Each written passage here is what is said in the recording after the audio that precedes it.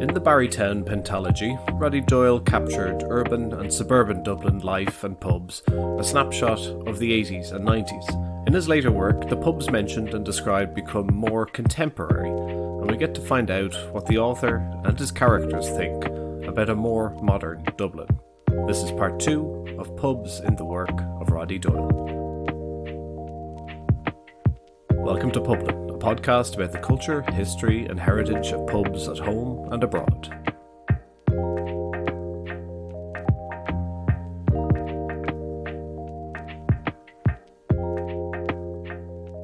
Last week I took you through Doyle's novels and movies like Paddy Clark, Ha Ha Ha, The Commitments, The Snapper, The Van and The Guts. There were occasional references to pubs in these books, some of which were fictional. There was the odd scene where characters would have a chat in the pub, as much as any book would feature the pub as a setting. In later Roddy Doyle works, the pub becomes a lot more important, put right up front and woven into the narrative to an extent that the works are nearly as much about the pub setting as they are about the lives of the characters. In this episode, I'm going to take you through the novels Love and Smile, and the book and then stage play Two Pints. Can you guess where that one is set?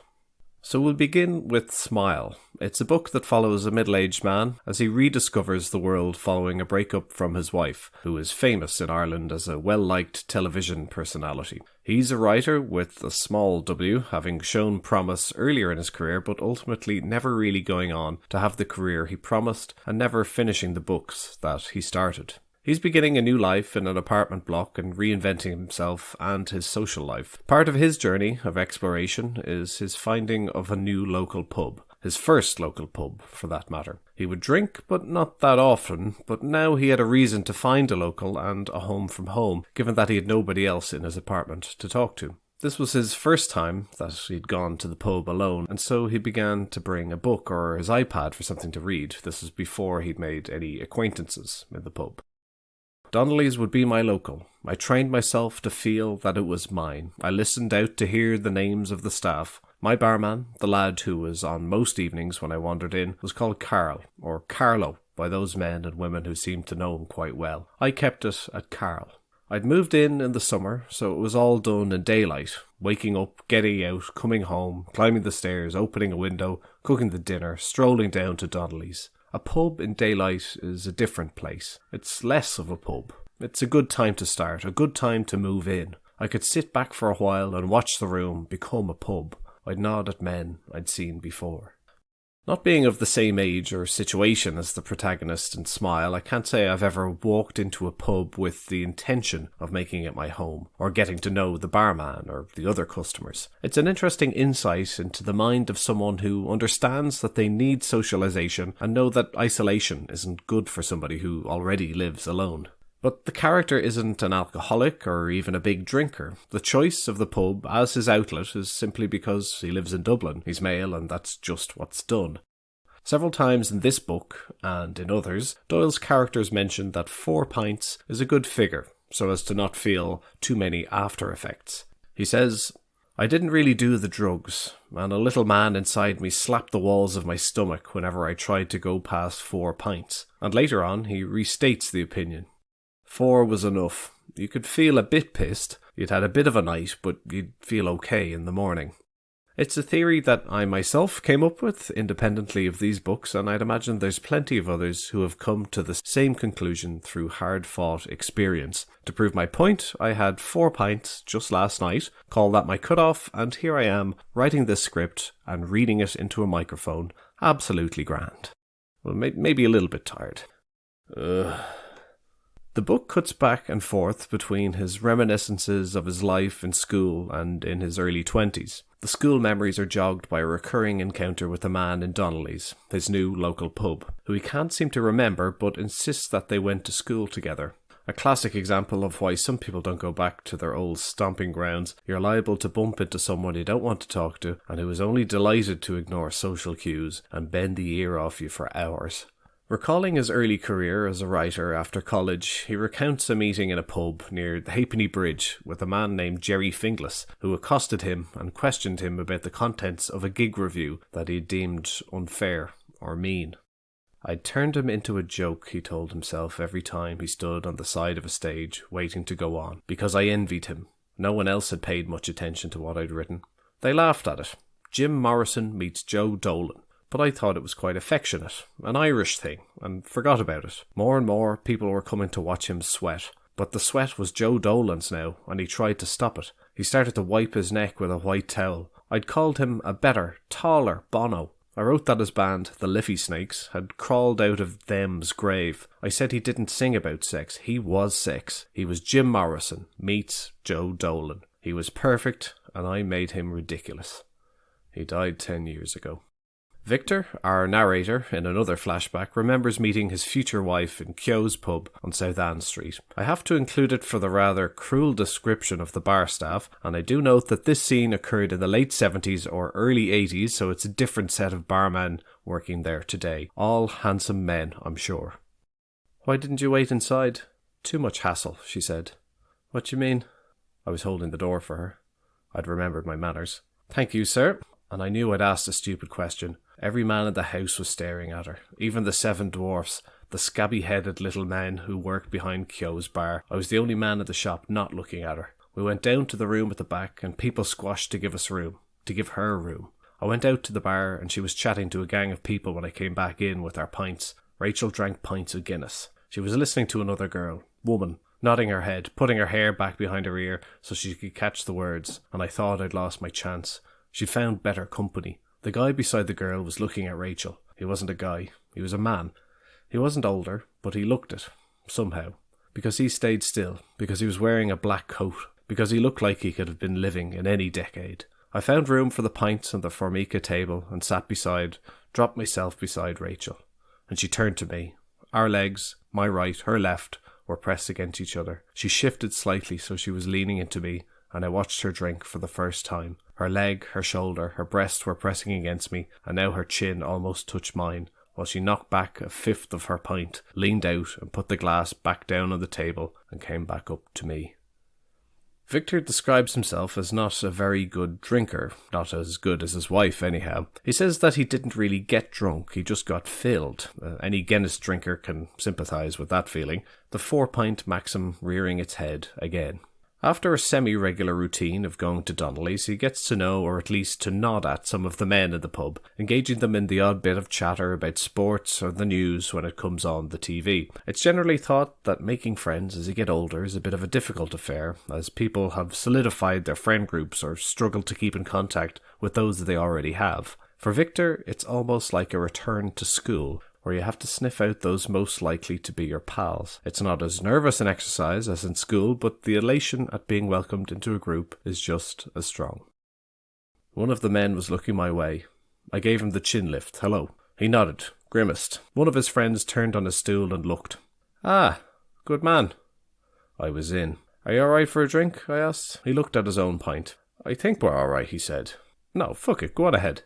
3 pints, is it?" "Just 3. "No one of the Jacks are gone for a smoke?" "No," he said, "it's just us tonight." 3 more pints as well, Carl, thanks." The man on the stool pushed it back, and I became the 4th corner. Liam, Pat, Harry. They were the men there that night. I'm Victor, by the way. I googled you. And? Fuck all. We laughed. I paid for the pints and handed them around. They felt cold and great in my hand. I'd be drinking 4 pints before closing time. I was in the round. I was delighted. I really was. My gut, my body, felt open, ready to take its share. The simplicity of men in a pub, the conversation, the sports, the same drink, is juxtaposed with the description of a group of women of the same age who come in on a less regular basis, but who light up the place when they do. I could hear them, deciding what they'd have. I love that about women. All those lived years and they still didn't know what they'd have to drink when they walked into a pub, or they pretended not to know, and I loved the effort that went into it. They wouldn't be going wild, these women. They'd just add screams to the laughter coming up to closing time, and they'd flirt, slightly, with my new friends, on the way back from the toilet or a smoke in the beer garden. This book is more than a series of simple memories or simple school days or interactions in the pub. There's a lot more depth to it, and as with Roddy Doyle's work, the humour is countered by the tragic in parts. In his other work, the pub was where people went to be with their family or pals to sort out a situation or talk about their community and the immediate world around them. In this book, the pub is a new place to be discovered, where friends are made and old traumas rear their heads.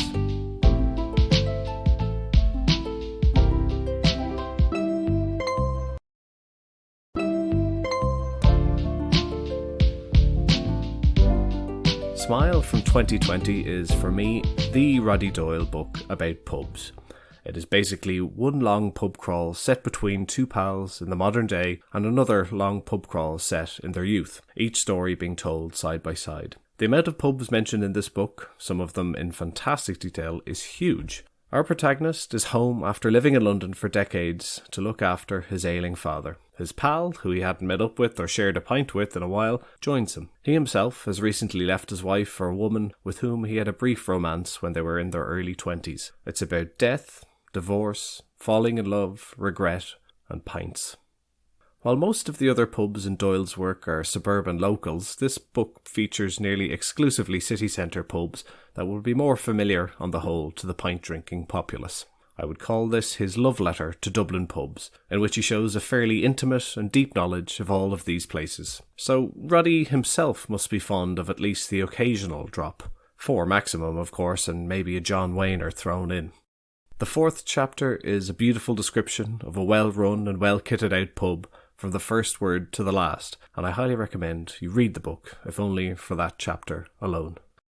Our first trip to a pub with Joe and Davy comes in their younger days when town was their stomping ground. They enjoy some casual pints around the city and they find a nice home in Sheehan's of Chatham Street. This was at a time when pubs had to close for an hour or two on a Sunday, referred to as the holy hour, when pubs would have to be emptied out so that theoretically people could go to mass. The two lads left the pub after a few pints during this period and had a wander around the Dandelion Market that existed where the Stephen's Green shopping centre is now. The lads made the mistake of not using the jacks before they left and were so stuck for a toilet. This was a mistake that they would come in older age not to repeat. After the holy hour was over and a toilet had been found in a public building, Joe and Davy fall in love for the first time. There was no television, no horse racing, no radio, no music. No one looked our way. The man with the ponytail was reading a magazine. It sat on the counter between his gin and tonic and an ashtray. The musicians were talking quietly.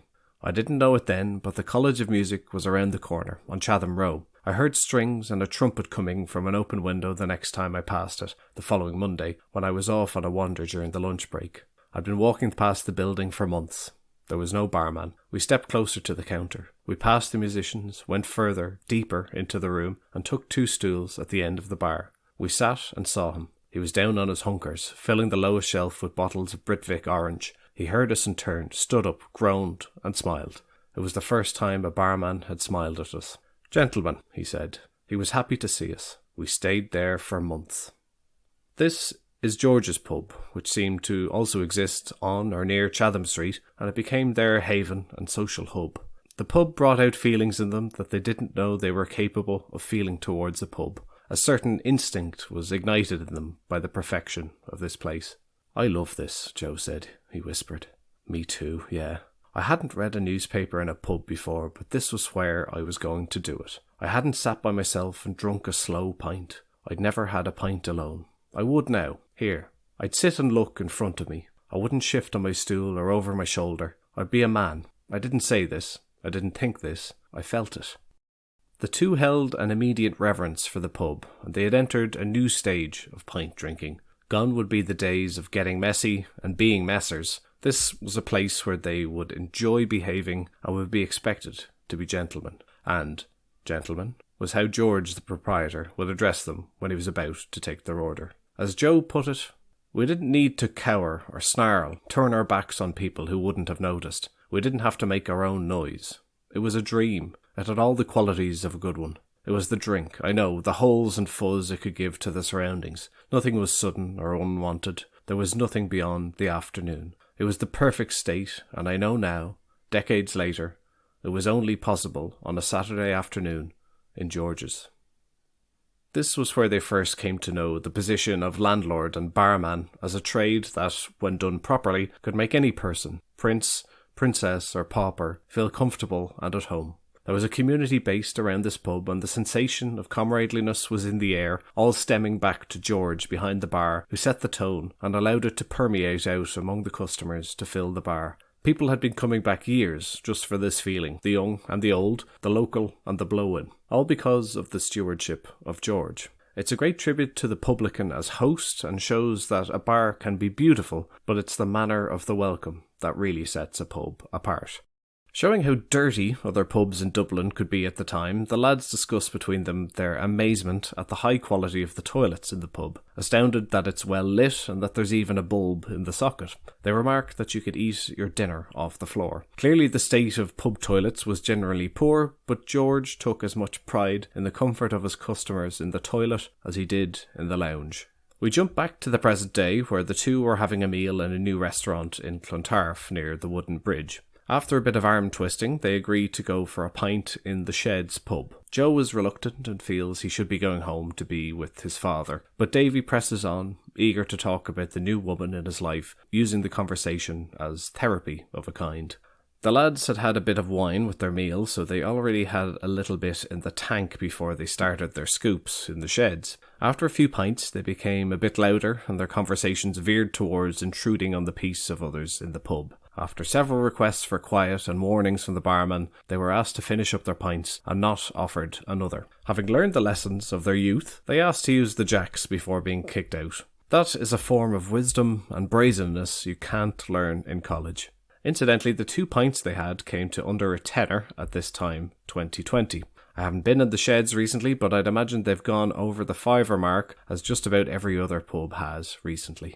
After further arm twisting and the lure of creamy pints, the two agree to go into town. Davy is insistent on going back to George's for old time's sake, but there's a sense that Joe is reluctant to go back somewhere he held so fondly in his heart, for fear that it won't live up to those old memories. And so they chose to go to the Palace on Fleet Street for a pint, and another, and so on in that fashion. They remark on the quality of the pub, and also what the jacks used to be like here and elsewhere.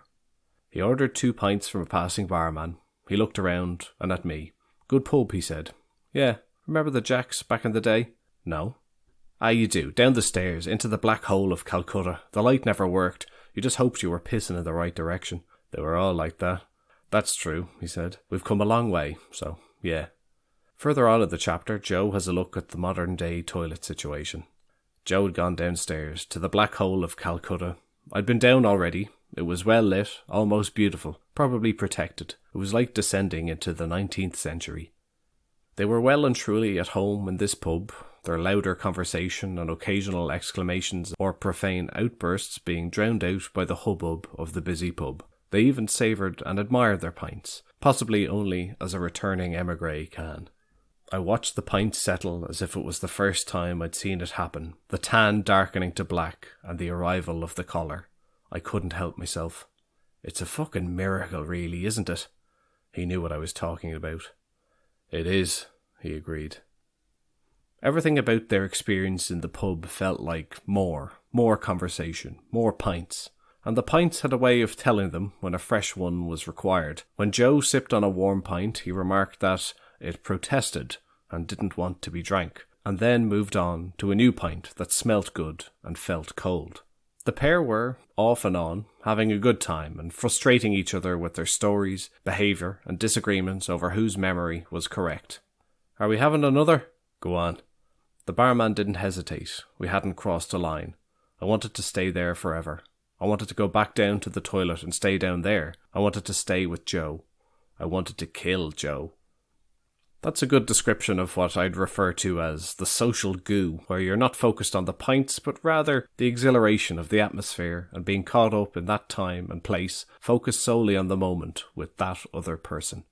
They leave the palace in search of other pastures, stopping in for a piss stop in Neary's, another place that they used to duck into for a pint. Neary's is depicted as it is, a pub that has a background noise of conversations, but is a fairly respectable place where people don't get out of order and certainly don't sing or raise their voices.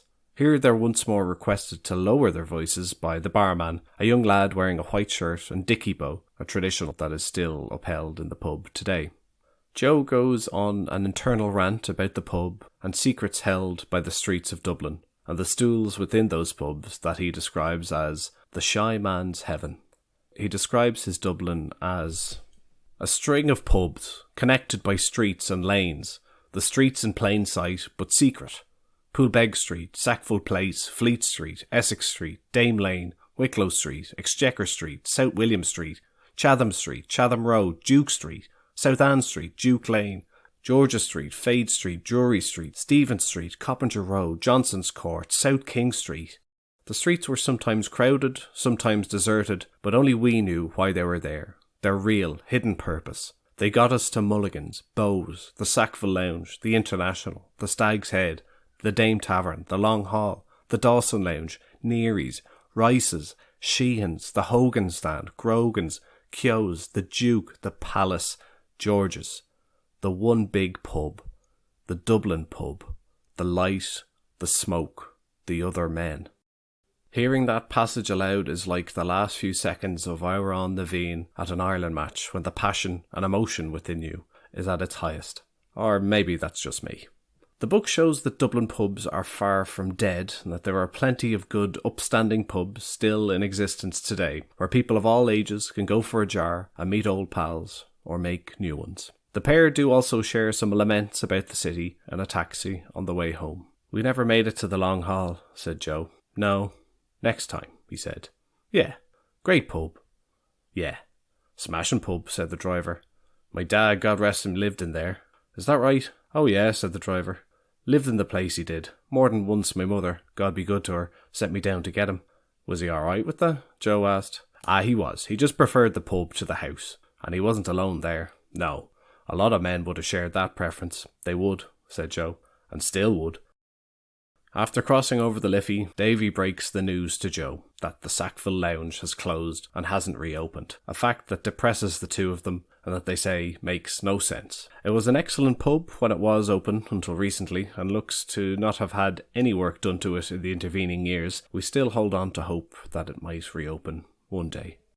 The final work, or works, that we want to include started off life as social media posts that then made their way to book format and eventually into a stage play. Roddy Doyle began to share snippets of conversations between two men on bar stools in a pub, posting them occasionally on Facebook. The two men would opine on the death of Colonel Gaddafi, the day when Fernando Torres scored a goal, or what David and Victoria Beckham called their kids. We would affectionately call this pub talk or shite talk, and Roddy Doyle has given us 3 books worth of these musings in the form of 2 pints, 2 pints more, and 2 for the road. The works eventually made their way through Doyle's mind and into the form of a stage play, with the conversations hanging off the narrative hook of one of the men's health problems. The play was produced by the Abbey Theatre in 2018, with Liam Carney and Philip Judge playing the characters known only as 1 and 2.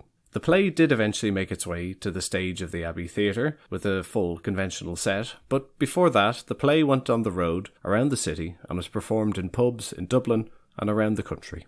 Some of the first performances were in the Flowing Tide, just across the road from the theatre on Abbey Street, and in the Foxhound Inn in Kilbarrack. Roddy Doyle is from Kilbarrack, and the pub was famously used in the film adaptation of his book, The Van. The Vintners Federation of Ireland were clearly delighted with the prospect of Roddy Doyle's work being performed in pubs around the country and sponsored the tour, which stopped in pubs in Carlow, Louth, Longford and Derry. On putting the show on in a pub, Roddy Doyle said, "When I wrote it, I didn't envisage it going on in pubs. I thought it'd be in a theatre, to be honest, but when the idea was put to me, it made facile sense to me for a start." Well, that's funny. But then when I thought about it, it did make sense. From a royalties point of view, I wish it was going on in the O2 or whatever it's called these days in front of 20,000 people instead of 57 in a pub. But on the other hand, it's great. And it's part of the adventure. I think one of the things that makes me quite excited is not just the new play, but the fact that the new play is being put on in a context that's unfamiliar to me. I don't think I've ever seen a play in a pub. In Roddy Doyle's contemporary work, he has really embraced the idea of the Irish pub being alive and vibrant, not just in characters' memories, but also in real time. He shows that the Irish pub, the Dublin pub, is well and truly alive and a place for conversations and friendships to flourish. Not only have 2 of his books been largely set in pubs, but his work is also now performed in pubs. They're as central to his work as they are to the social lives of the real-life dubs that he depicts. It's been a real pleasure putting these 2 episodes together. I've read 7 books and 1,700 pages, watched 3 movies and 3 documentaries, read 1 play, and I've enjoyed every minute of it. No doubt there's more pubs to find in the work of Roddy Doyle, and maybe we'll have a part 3 at some point in the future. Thanks very much for listening to this episode of the Dublin podcast. If you have any more pubs from Roddy Doyle novels, I'm all ears, and you can tell me, John, about them via email at publinie@gmail.com. I have to make a correction from last week's episode. The Cedar Lounge is not in Donamead and is in fact, of course, in Raheny. Apologies. Thanks very much to Tara for sending in her memories of childhood in Kilbarrack and what the works of Roddy Doyle meant to her. That's all from this week, but I'll be back, of course, next week with another episode. Thanks for listening, and as always, sláinte.